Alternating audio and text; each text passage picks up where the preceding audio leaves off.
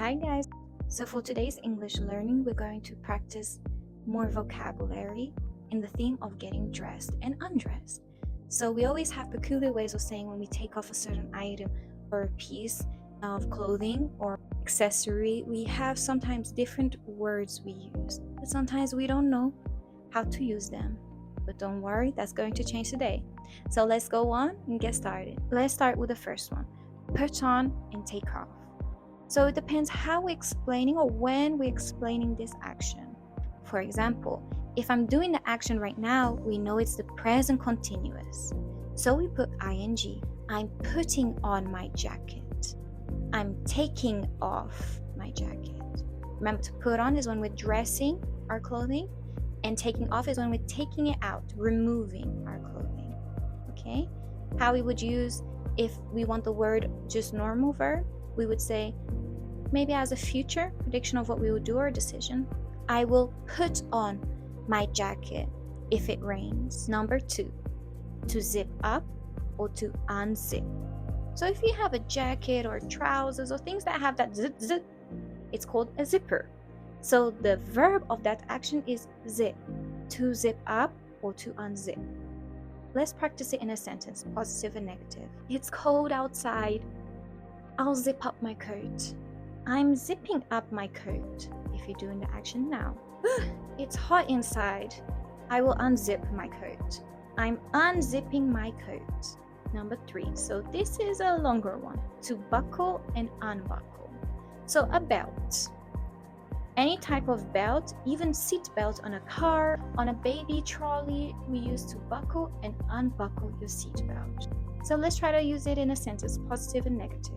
I'm going to buckle my seatbelt because we're going for a ride. Mom, can you buckle my shoes? As we arrived, I'm going to unbuckle my seatbelt.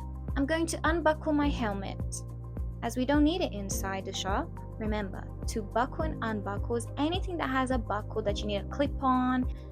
For example, helmet, a seatbelt of a car, shoe buckle, anything that looks like you have to buckle it in. We use buckle and unbuckle. Number 4, to button and unbutton.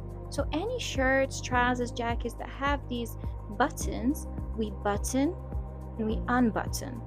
For example, I button my shirt. I unbutton my shirt. Remember, if you're talking in the present continuous, you can say buttoning and unbuttoning. I'm buttoning my shirt, Mom. I'm unbuttoning my shirt and putting my jacket. Next one. Tie and untie. So when we do things with ropes or to tie our shoes, anything that is used with a rope to tie something, we use the word tie and untie. For example, can you tie this rope for me? Can you untie my shoes? The continuous. I'm tying my shoelaces.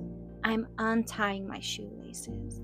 So remember, everything with ropes to tie, we use tie and untie. Now we talked about put on and take off for clothing, but in English we also use put on and take off for accessories. For example, I put on my hat. I take off my hat. I put on my glasses. I take off my glasses. I put on my earrings. I take off my earrings. We can also use with things that we put on our bodies, like I put on my sun cream. I take off my sun cream. I put on my makeup. I take off my makeup. I put on my skincare. I take off my skincare. In the continuous, we say, I'm putting on my makeup right now. So we can use that as expressions as well for things that we put on our body and take off. Let's recap what we've learned. So we learned the word put on, take off, to zip, to unzip, to buckle, to unbuckle, to tie, to untie, to button, to unbutton. So keep practicing English, especially in your daily routine when you're getting dressed. Thank you so much for interacting with my video. Now tell me on the comments below, what is your favorite thing to wear? Mine is earrings, even though I'm not wearing one today. Make sure to follow me so that you can see more learning English the fun way. See you guys next time. Bye!